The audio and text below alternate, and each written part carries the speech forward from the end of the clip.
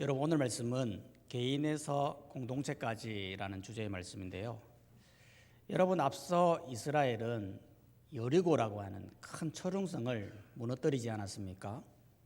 그것도 말도 안 되는 방식으로. 즉, 이스라엘이 성을 매일 한 바퀴씩 6번 돌고 그 다음에 7일째에는 7번 돌 때, 그리고 고함을 질렀더니 여리고가 무너진 거예요. 이건 마치 종교 꼴찌하는 아이가 수능을 만점 받은 거와 같은 거예요. 실제로 수능에 만점 받기 얼마나 어렵습니까? 그런데 그걸 해낸 거죠. 여러분, 그거 혹시 아십니까? 수능 만점 받는 것보다 더 어려운 게 수능 빵점 받는 거라는 거. 실제로 조사를 해보니까요, 수능 만점 받은 사람은 많아요. 그런데 오류나 마크 잘못 체킹하거나 뭐 이런 거 다 빼고 정상적으로 문제를 풀어가지고 빵점 맞는 경우는 없어요. 빵점 맞을 확률이 국영수만 해서 그 확률이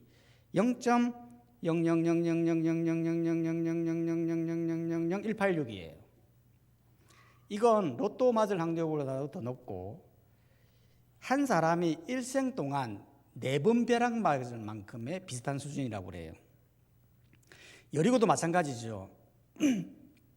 이스라엘이 여리고성을 정복한다고 하는 것, 불가능한 일인데 이걸 해낸 거예요. 그래서 이제 오늘 본문에 보면 아이성 앞에 오게 된 거예요. 아이성은 여리고성 베델 동쪽에 있는 성인데요. 기록에 보면 성벽을 둘러싼 면적이 3, 4에이커로서 여리고성의 반이에요. 또한 인구도 보면 나중에 뒤에 가보면 전쟁으로 죽은 숫자가 12,000명이라고 해서 인구가 12,000명이다라고 하는데, 학자들에 의하면 이건 하나의 상징적인 숫자이고, 즉 완전히 멸망했다는 의미로 숫자를 쓴 것이며, 실제 인구는 약 2,000명 정도 되는 아주 작은 성에 불과했다는 거예요. 여리고성에 비해서 이렇게 작은 성이라면 바로 이겨버려야 되지 않습니까? 그런데 이거 웬걸? 이스라엘이 패배하게 돼요. 그것도 아이 사람들에게 도망하게 되면서 36명쯤 죽는 부끄러운 패배를 당하게 된 겁니다. 아니, 아이성은 여리고에 비해서 굉장히 작은 성인데 왜 패배하게 됐던 걸까요? 그 이유에는 총 2가지 이유가 있는데, 그 첫 번째 이유가 바로 자만이다라는 거예요. 여러분, 자만이라는 말은 한자로 보면 스스로 자, 그만할 만이에요. 즉, 스스로 그만해졌다라는 의미죠. 이스라엘도 마찬가지인 게, 이스라엘은 자만해서 전쟁에 진 거예요. 왜냐하면 이 거만의 이 특징은 여러 가지 이유가 있지만, 한 가지 특징은 성공 직후에 나타난다는 거예요. 실제로 여러분, 우리 인생에도 보면요, 맨날 실패하고 넘어지고 힘들고 그러면 거만해질 수 있나요? 절대 거만해질 수가 없어요. 오히려 더 겸손해져요. 그런데 우리가 언제 거만해집니까? 일이 잘 안 될 때, 내가 일이 잘 될 때, 내가 잘 나갈 때, 그때 거만해지는 것이죠.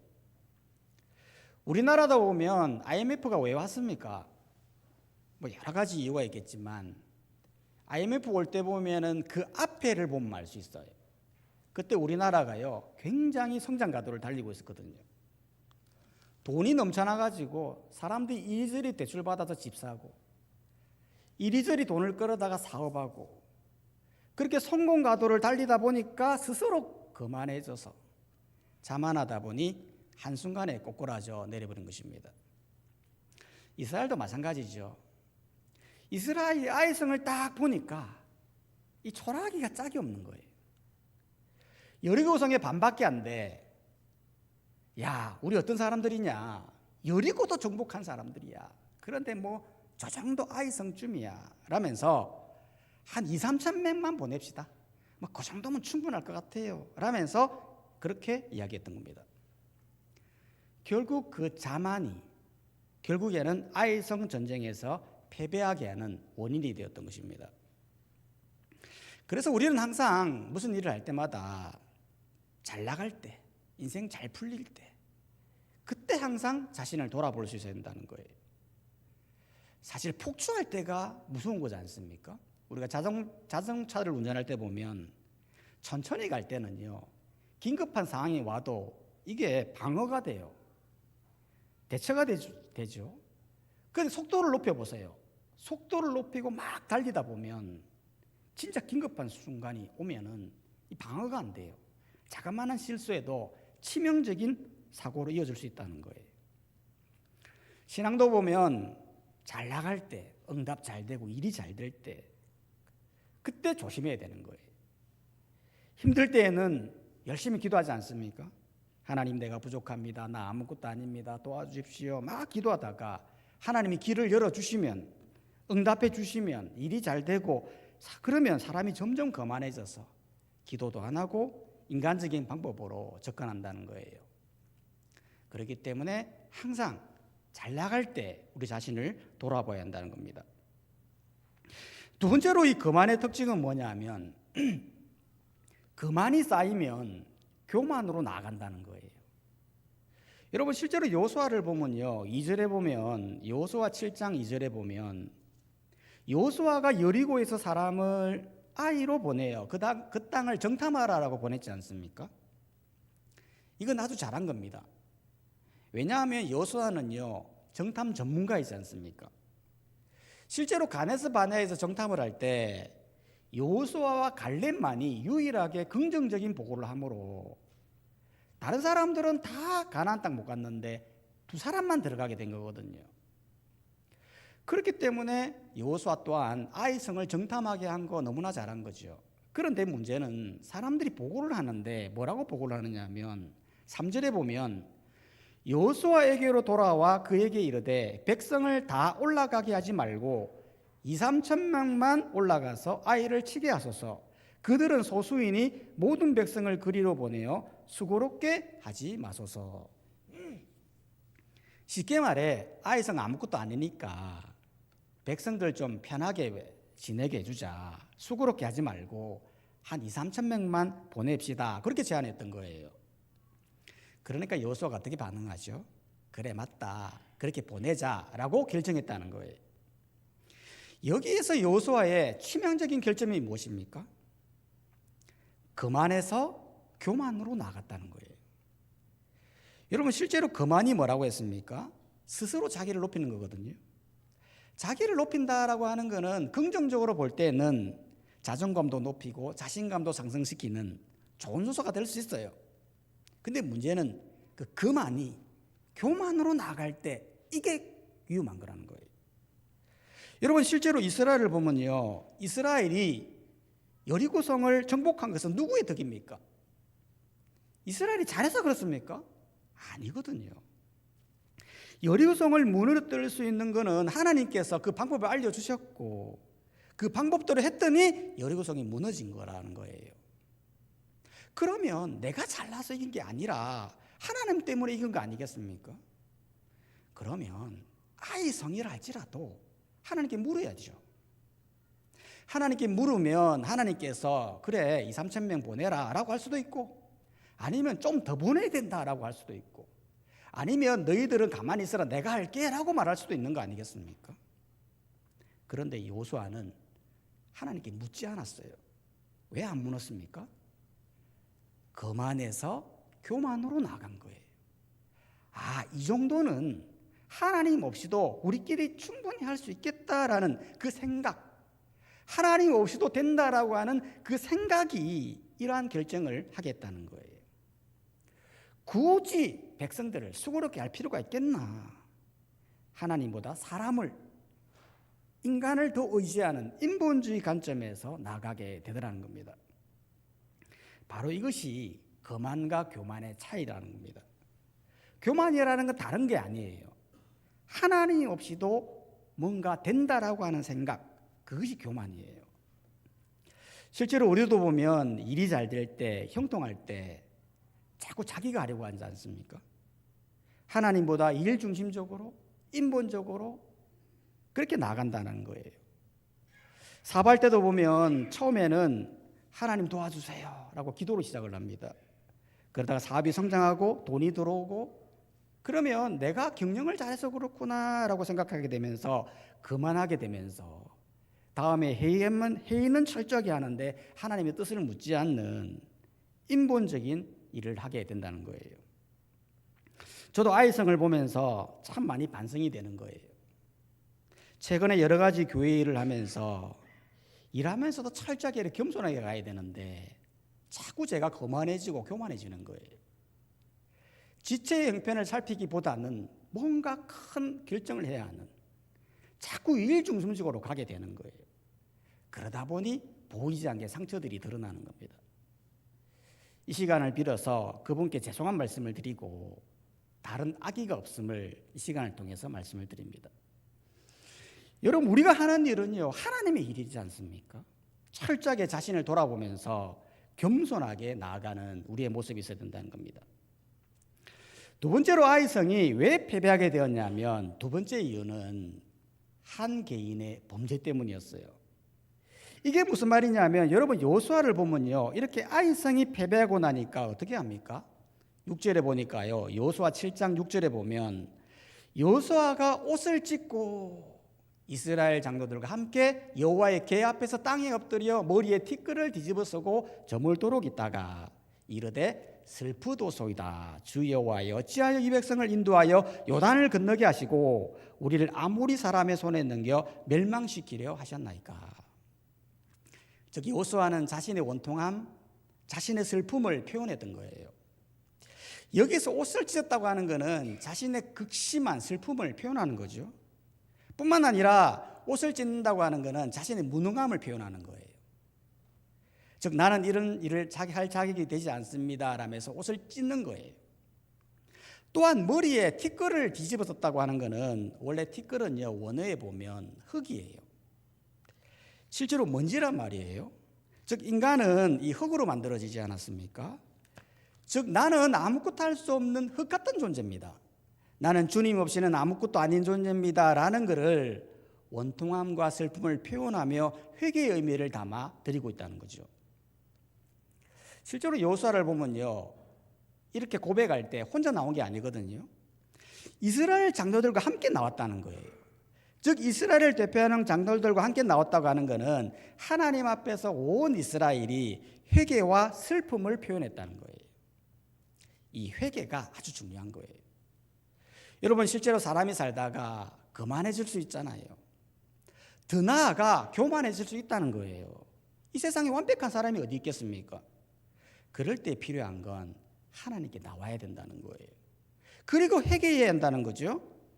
하나님은 어떤 사람도 자신의 연약함을 깨닫고 나와 회개하는 자를 절대 외면하지 않거든요. 어떻게든 다시 이렇게 세워나는 겁니다. 실제로 이스라엘이 이렇게 나오니까요, 어떻게 되었습니까? 하나님께서 아이성에서 왜 그렇게 패배하게 되었는가를 알려주셨어요. 실제로 11절 말씀에 보면 여호수아 7장 11절에 보면 이스라엘이 범죄하여 내가 그들에게 명령한 나의 언약을 어겼으며 또한 그들이 온전히 바친 물건을 가져가고 도둑질하며 속이고 그것을 그들의 물건 가운데 두었느니라. 즉 아이성에 패배한 이유가 이스라엘이 범죄해서 그렇다, 그렇게 얘기했던 거예요. 실제로 하나님은 앞서 여리고를 정복하면 모든 전리품은 하나님께 다 바치라고 했지 않습니까? 그래서 이스라엘 전체가 다 순종했어요. 아무도 물건을 취한 사람이 없었어요.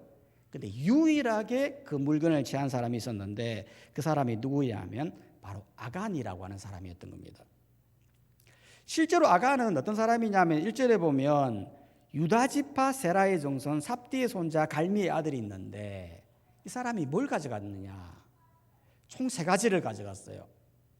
21절에 보면 내가 노력한 물건 중에 시날산의 아름다운 외투 한 벌, 그리고 은 200세겔, 금 50세겔을 훔쳤던 겁니다. 실제로 아간은 이 물건을 보자마자 완전 눈이 돌아갔어요. 기록에 보면 시날산의 아름다운 외투가 어떤 거냐면 당시 시날이라고 하는 지역은 직조 기술이 굉장히 발달되었다고 해요. 그래서 이 옷을 비단으로 짠 왕이나 제사장이 입는 그런 옷이라고 추정을 합니다. 그런데 실제로 이 옷은 그리 비싼 옷은 아니라고 하거든요. 즉 아간은 어떻게 보면 처음 보는 옷, 아주 화려해 보이는 이 옷을 보자마자 눈이 돌아가 그것을 가져가고 땅에다가 감췄다는 거예요. 사람이 그런 거 아니겠습니까? 평소에 내가 너무 갖고 싶은 게 있는데 내 눈앞에 막 공짜로 나와 있단 말이에요. 그럼 막 눈이 돌아가서 막 그걸 훔칠 수도 있는 거거든요. 저도 학창시절 때 보면 옆에 짝꿍이 명품 옷이 있지 않습니까? 저의 시대 때 보면 나이키가 유명했는데요. 즉 나이스가 유명을 했는데 옆 짝꿍이 이렇게 나이스 있지 않습니까? 나이스 딱 입고 오는 거예요. 그럼 너무 멋있잖아요. 근데 한번 입어보고 싶어서 나 한번 입어보자 해가지고 입었거든요. 너무 좋은 거예요. 처음에는 입으라고 안 해서 제가 몰래 입었거든요. 너무 좋은 거예요. 그래서 친구가 옷은 벗으라고 막 하길래 1시간만 입고 있자 이랬거든요. 절대 안 된다더라고요.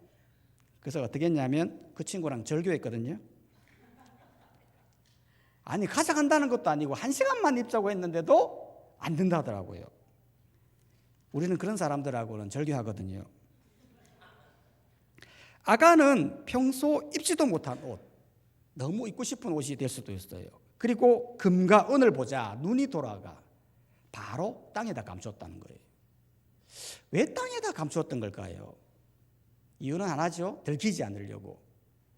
만약 그 옷을 집에다 뒀다면 그 못 보던 옷이네 라면서 금방 들킬 게 뻔하지 않습니까? 그래서 땅에다가 감췄다는 거예요.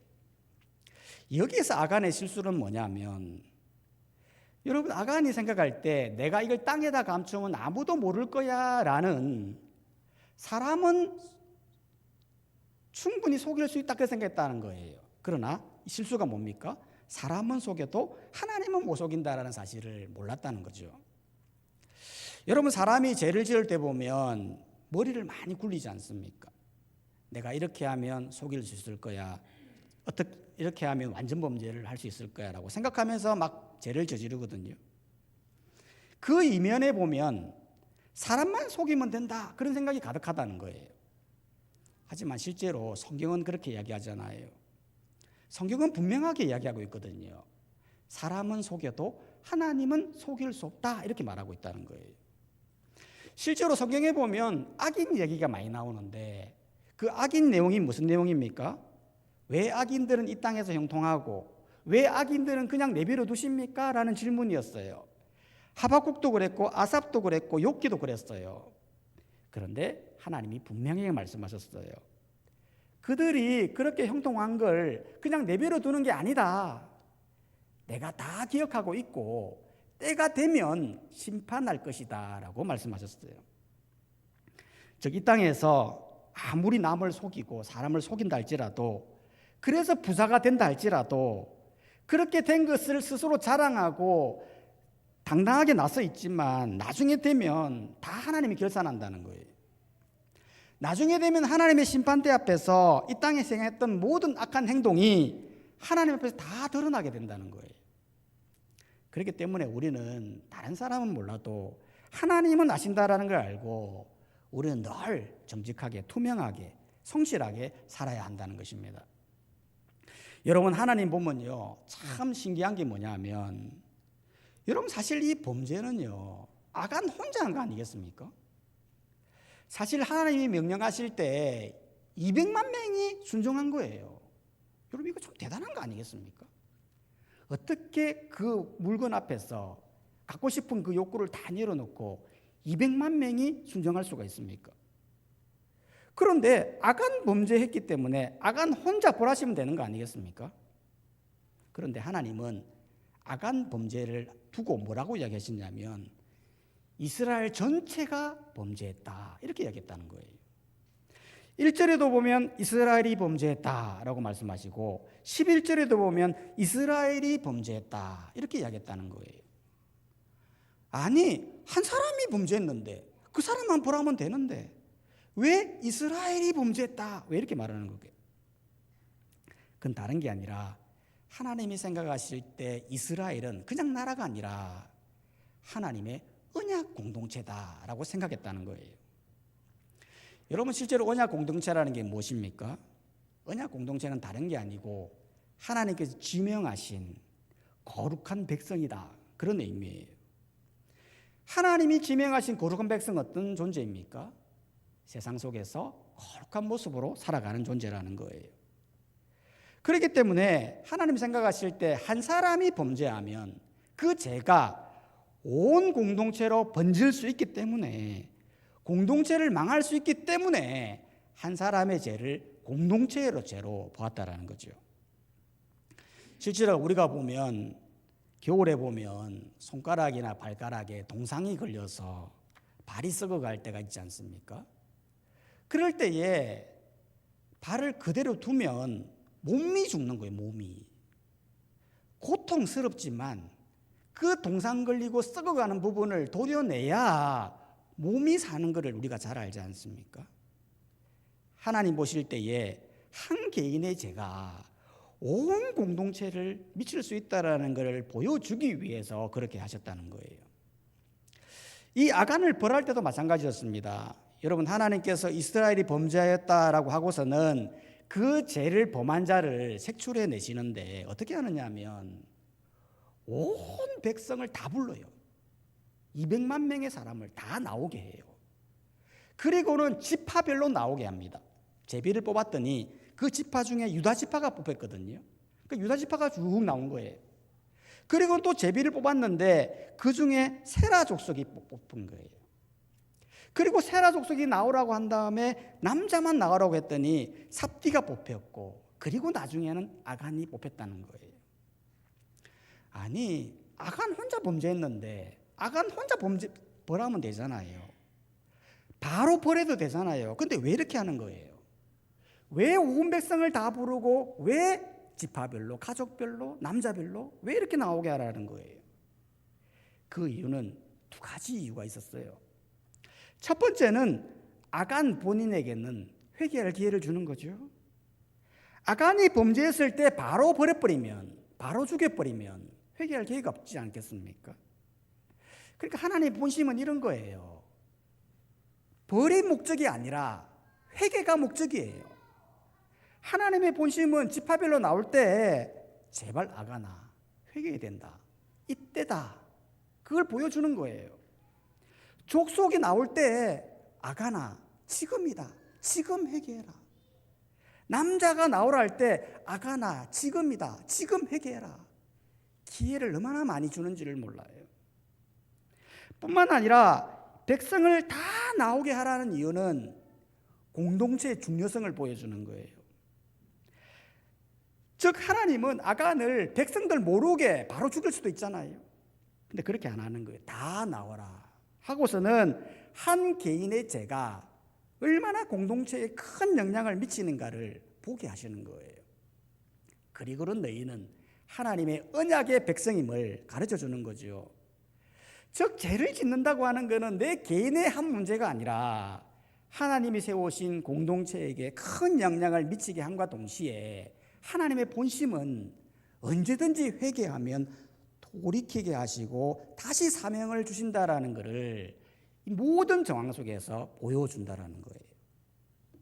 그런데 이렇게 회개의 기회를 줬음에도 불구하고 회개하지 않았던, 끝까지 회개하지 않았던 아간이 어떻게 되었습니까?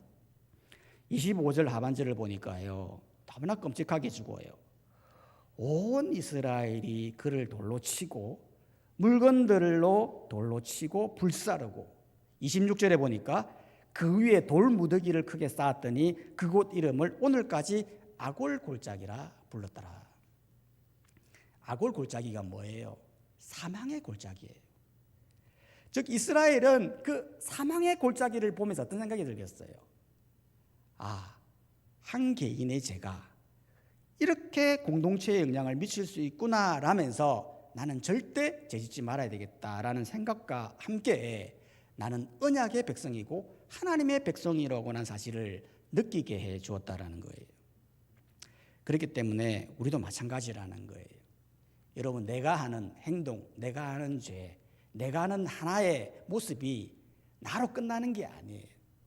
우리는 하나님께서 부르신 가족 공동체이고 하나님의 백성의 공동체예요. 그렇기 때문에 나 하나 하는 행동들이 큰 공동체에 큰 영향을 미칠 수 있다는 걸 잘 알고 하나님의 백성으로서 하나님의 자손으로서 어떻게 행동해야 할까를 잘 생각하고 행동하는 우리가 되어야 된다는 거예요.